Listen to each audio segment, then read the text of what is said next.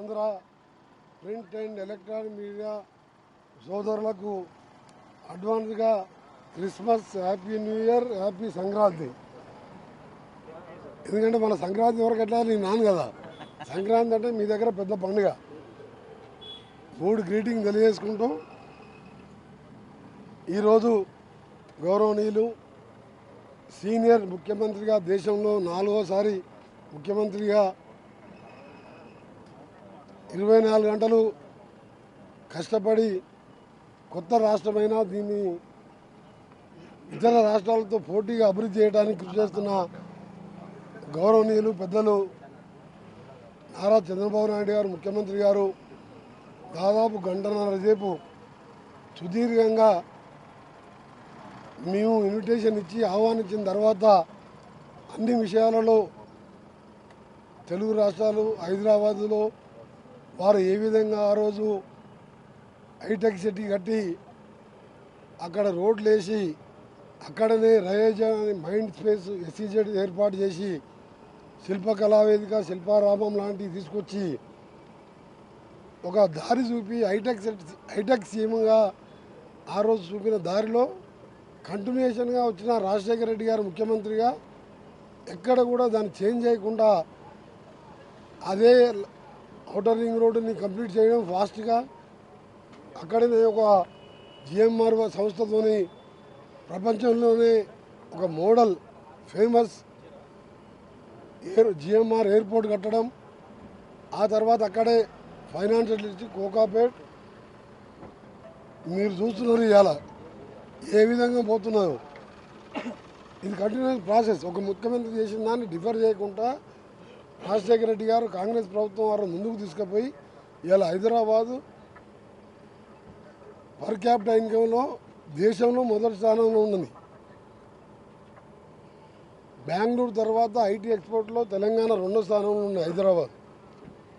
దానికి నాంది పలికింది ముఖ్యమంత్రి నారా చంద్రబాబు నాయుడు గౌరవనీయులు. నేను అప్పుడు అసెంబ్లీలో ఉండి విజన్ 2020 డాక్యుమెంట్ కానీ బిల్ క్లింటన్ తీసుకొచ్చి హైటెక్ సిటీ ఓపెన్ చేపించి ఇవన్నీ ఇట్లా పెరుగుతుంది ఫ్యూచర్లో అని చెప్తే మేము నిజంగా కూడా నమ్మలే. నేను ఉన్నది ఓపెన్గా చెప్తున్నా. అరే రాష్ట్రం అంతా వర్షాలు లేవు, కరువు ఉన్నది, ఆదాయం లేదు. ఆయన ముఖ్యమంత్రి ఉన్నప్పుడు 7 ఏళ్ళు వర్షాలు లేవు. ఆ కరువుతో గ్రామీణ ప్రాంతాలలో చాలా ఇబ్బందులు ఉన్నాయి. అని ఈయన మొత్తం కూడా హైటెక్ గురించి మాట్లాడుతున్నట్టే దీంతోనే రేపు ఉద్యోగాలు వస్తాయి, మన హైదరాబాద్ ఇన్కమ్ పెరుగుతుంది, మనం అంతా డెవలప్ చేసుకోవచ్చని వారి ఆలోచన చూస్తే వారు ఆ రోజు అసెంబ్లీలో రోజు నేను రెగ్యులర్గా అటెండ్ అయ్యేవాడిని, ఆయన చెప్పేది వినేవాడిని. దాని తర్వాత ఇప్పుడు చూస్తే ఆయన అనుకునే దానికంటే ఎక్కువ దాటిపోయినాం. ఎందుకంటే దానికి మొదటి కారణం ఆయన అయితే, రెండో కారణం రాజశేఖర రెడ్డి గారు, కాంగ్రెస్ ప్రభుత్వం. మేము డివైడ్ కాకుండా దాన్ని ముందుకు తీసుకుపోయినాం. అలాంటి ముఖ్యమంత్రి గారితో మా రైజింగ్ తెలంగాణ 2047 ఏదైతే భారత్ ఫ్యూచర్ సిటీలో దేశంలో ఏ రాష్ట్రంలో ఏర్పాటు చేయడం విధంగా వేలాది మంది ఇన్వెస్టర్స్ పిలుచుకుంటూ ఇప్పటికే చాలామంది వాళ్ళు మా ఇన్విటేషన్ యాక్సెప్ట్ చేయడం జరిగింది. ఇంకా వస్తూనే ఉన్నాయి మెయిల్స్, మేము కూడా అటెండ్ అవుతా ఉన్నామని మేము చాలా ఎక్స్పెక్ట్ చేస్తున్నాం. ఇంకా హైదరాబాద్ని దేశం కాదు మాకు పోటీ అని చెప్పి ప్రపంచ స్థాయిలో కంపెనీస్ ఉన్నాయి. అక్కడ ఇతర దేశాలతో పోటీ పడే విధంగా ఈ ఈవెంట్ జరుపుతున్నాం. సార్ మీరు తప్పకుండా రావాలి. మీరు హైదరాబాద్లో ఫౌండర్ చేసిండ్రు, మీరు వచ్చి కూడా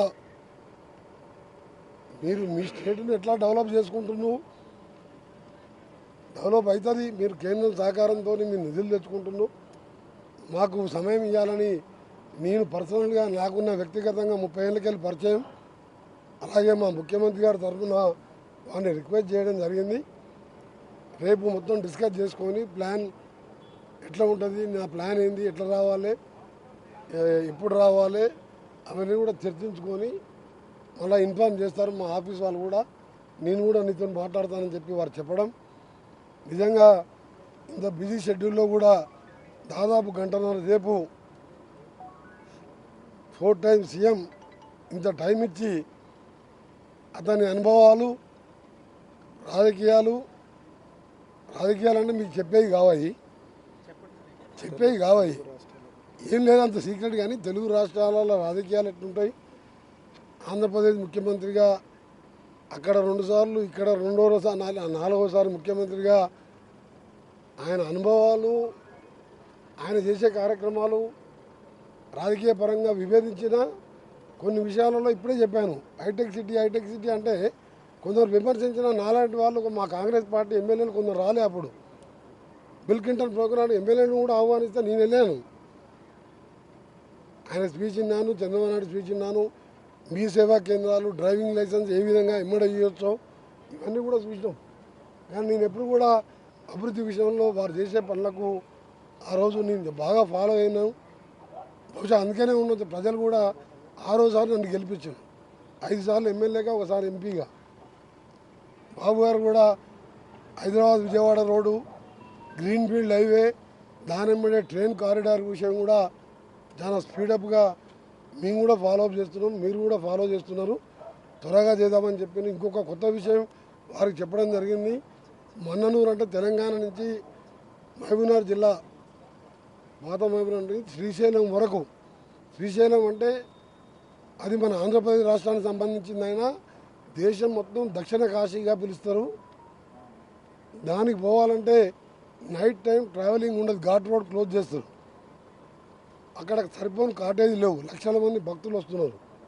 దాన్ని నేను గడ్కరీ గారి దగ్గర ఒక 52 కిలోమీటర్లు ఆ ఘాట్ రోడ్లో మీరు ఎలివేటెడ్ కారిడార్ శాంక్షన్ చేయండి అని చెప్పి నేను మా గౌరవ ముఖ్యమంత్రి రేవంత్ రెడ్డి గారు వెంటబడి ఇప్పుడు డిపిఆర్ శాంక్షన్ చేసడానికి వాళ్ళు ఆదేశాలు ఇచ్చిండ్రు.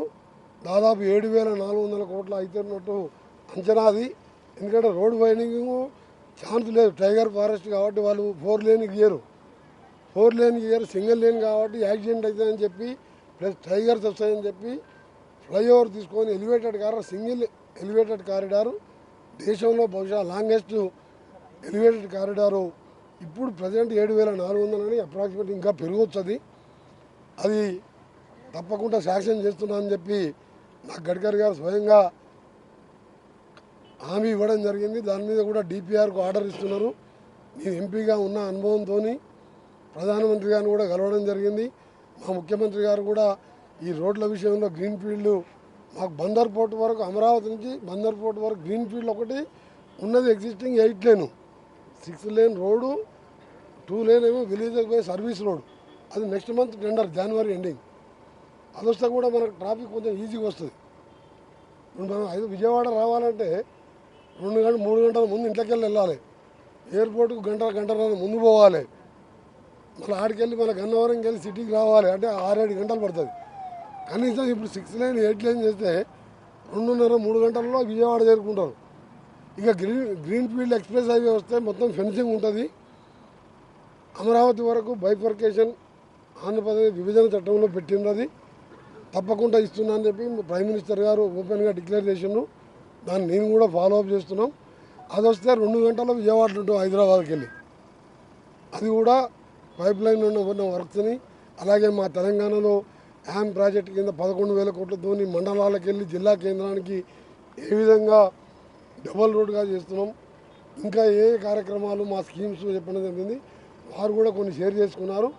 ఏదేమైనా సరే ఒక సీనియర్ ముఖ్యమంత్రి, ఒక విజన్ ఉన్న నాయకుడు, పార్టీలకు అతీతంగా ఆ రోజు అతన్ని ఇక్కడ అరెస్ట్ చేసినప్పుడు కూడా ఖండించింది కాంగ్రెస్ పార్టీలో ఎంపీగా ఉండి ఏకైక వ్యక్తి నేనే. అక్కడ ఆయన ఎక్కడైనా అభిమానులు ఉంటారు. ఆయన 15 ఏళ్ళు ముఖ్యమంత్రిగా ఉంటే శాంతియుతంగా ప్రొటెస్ట్ చేస్తే ఐటీ ఎంప్లాయీస్ ఎందుకు అరెస్ట్ చేస్తుందని చెప్పి అప్పుడు ప్రభుత్వాన్ని ప్రశ్నించిందని పోలీసులతో మాట్లాడి వాళ్ళందరూ వదిలిపెట్టించారు. ఎందుకంటే రాజకీయాలు ఎన్నికలప్పుడు మాట్లాడాలి. అక్కడేదో ప్రొటెస్ట్ జరిగితే ఇక్కడ ధర్నా చేసుకుంటే ఏమైంది, 15 నిమిషాలు ప్రొటెస్ట్ చేస్తారు. దానికి స్టేషన్లో ఐటీ కంపెనీ సీనియర్ ఎంప్లాయీస్ని ఆఫీస్లో అరెస్ట్ చేయడం తప్పని చెప్పి ఆ రోజు కూడా చెప్పారు. ఈరోజు కూడా చాలా సంతోషంగా వారు కొన్ని విషయాలు చెప్పడం, ఎట్లా 2 రాష్ట్రాలు బాగుపడాలి, ఆయన విజన్ కూడా ఒకటే, తెలంగాణ ఆంధ్రప్రదేశ్ వేరు కాదు, వేరుపడ్డా సరే ఈ 2 రాష్ట్రాలు దేశంలో ప్రపంచ స్థాయిలో గుర్తింపు తీసుకురావాలా, గుర్తింపు రావాలనే నా కోరిక.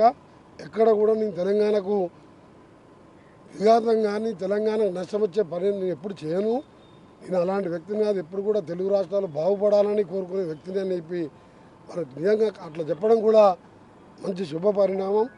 అందుకని నేను కూడా ఆంధ్ర ప్రజలకు కూడా కొత్త రాష్ట్రమైన ఇబ్బందులున్న ఆర్థికంగా మీరు త్వరగా డెవలప్ అయ్యి మా తెలంగాణతో పోటీగా ఇక్కడ కూడా ఐటీ కంపెనీలు వచ్చి అన్నీ బాగుండాలని చెప్పి ముఖ్యమంత్రి గారి నాయకత్వంలో ఆయనకున్న ఎక్స్పీరియన్స్తో తప్పకుండా అభివృద్ధి చెందుతుందని చెప్పి నమ్మకం కూడా ఉన్నది.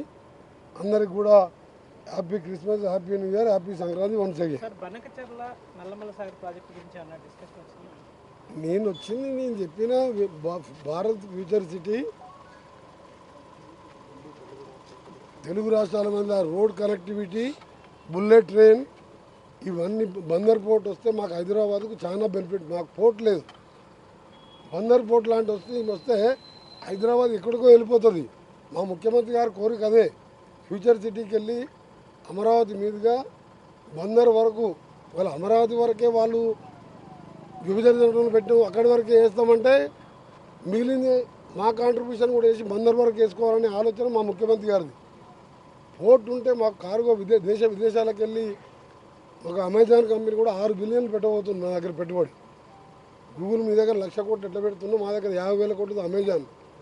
చాలా కంపెనీలు ముందుకు వచ్చినాయి మా దగ్గర. మీరు చూస్తున్నారు. కోకాపేటలో యాక్షన్ పెడితే 137 కోట్లు, 150 కోట్లు, 177 కోట్లు. అప్పుడు చంద్రబాబు నాయుడు గారు సీఎంగా హైటెక్ సిటీ కట్టినప్పుడు అప్పుడు 3 లక్షల రూపాయల ఎకరం భూమి ఉండాడు. అంటే ఈ సిటీ ల్యాండ్ వాల్యూనే కాదు, ఎంప్లాయ్మెంట్ యూత్ గవర్నమెంట్ జాబు చదువుకున్న వాళ్ళందరికీ ఇవ్వలేము. ప్లస్ మా దగ్గర మా ముఖ్యమంత్రి గారు మంచి ఆలోచన ఏంటంటే స్కిల్ డెవలప్మెంట్ సెంటర్స్ కడితే ఇంజనీరింగ్ కాలేజీలకు వెళ్ళి రూరల్లో చదువుకున్న ఇంజనీరింగ్ కాలేజీలకు వెళ్ళి బయటికి వెళ్తే అకాడమిక్లో పర్సెంటేజ్ వస్తుంది తప్ప ఇంగ్లీష్లో కానీ దాంట్లో కానీ ఫ్లూయెంట్ లేక జాబ్స్ వస్తలేవు. అందుకని మేము స్కిల్ యూనివర్సిటీ అని ఆనంద్ మహేంద్ర అని పెద్ద ఇండస్ట్రీని పెట్టి చైర్మన్ గారు పెట్టి మేధావులందరూ ఇండస్ట్రీని కమిటీ పెట్టి అక్కడ స్కిల్నెస్ కోర్సు నేర్పించి ఆ కంపెనీలలో ఉద్యోగాలు ఇచ్చాక భారత్ సిటీలో కట్టిస్తున్నాం. వారికి కూడా ఆ విషయం చెప్పడం జరిగింది. వారికి కూడా తెలుసు, ఐడియా ఉన్నది. తెలంగాణలో అభివృద్ధి కుంటుపడిందని చెప్పి కేటీఆర్ చెప్తూ ఉన్నారు. కాంగ్రెస్ ప్రభుత్వ హయాంలో కంపేర్ చేసుకోండి, బీఆర్ఎస్ ప్రభుత్వం ఏ విధంగా చేసింది, కాంగ్రెస్ ఏ విధంగా చేసిందని చెప్తున్నారు. కాంగ్రెస్ గురించి మాట్లాడే అర్హత కేసీఆర్ గారికి లేదు. ఎందుకంటే ఎస్ఎల్బీసీ సొరంగం నేను కొట్లాడి సాధిస్తే 43 కిలోమీటర్లు 9 కిలోమీటర్లు పూర్తి చేయక 2 లక్షల కోట్లు పెట్టి కూలిపోయిన కాళేశ్వరం కట్టిండు, కూలిపోయింది. ఆయన కమిషన్లు వచ్చినాయి. ఏ ఒక్క ప్రాజెక్టులో ఒక కొత్త ఎకరాన్ని నీళ్ళు ఇవ్వలే. 10 ఏళ్లలో కొత్త రేషన్ కార్డు ఇవ్వలే. ఒక్క ఇల్లు కట్టలే, ఇందిరమ్మ ఇల్లు. ఇవాళ చూడండి 5 లక్షలు పెట్టి ఇందిరమ్మ ఇల్లు ఊళ్ళల్లో మా సర్పంచ్ మా అడగండి మీరు. 5 లక్షలు అంటే మామూలు విషయం కాదు. పార్టీలకు అతీతంగా 5 లక్షల ఇల్లు.